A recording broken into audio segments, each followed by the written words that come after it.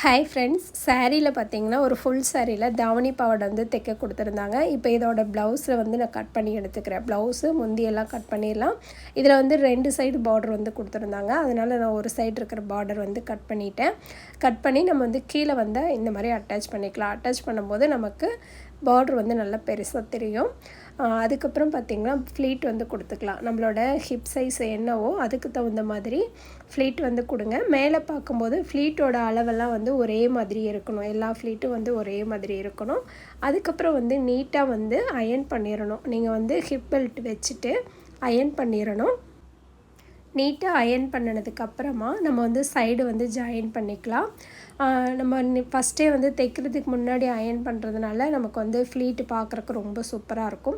அதுக்கு ப்ளவுஸ் பார்த்திங்கன்னா அந்த பார்டருக்கு மேட்ச் பண்ணி நாங்கள் வந்துட்டு சில்க் காட்டன் எடுத்து அதில் வந்து எம்ப்ராய்டிங் ஒர்க் வந்து கொடுத்துருந்தோம். இதில் வர ப்ளவுஸ் வந்து நாங்கள் யூஸ் பண்ணலை. அது வந்து ஸ்லீவுக்கு மட்டும் யூஸ் பண்ணிட்டோம். லைட் கலராக இருக்கிறதுனால மேலே கொஞ்சம் நல்லா டார்க்காக கொடுத்தா நல்லாயிருக்கும்னு சொல்லிவிட்டு இந்த மாதிரி ஸ்டிச் பண்ணியிருந்தோம். எப்படி இருக்குன்னு சொல்லிட்டு மறக்காமல் கமெண்ட் பண்ணுங்கள். நெக்ஸ்ட் வீடியோவில் பார்க்கலாம். தேங்க்யூ.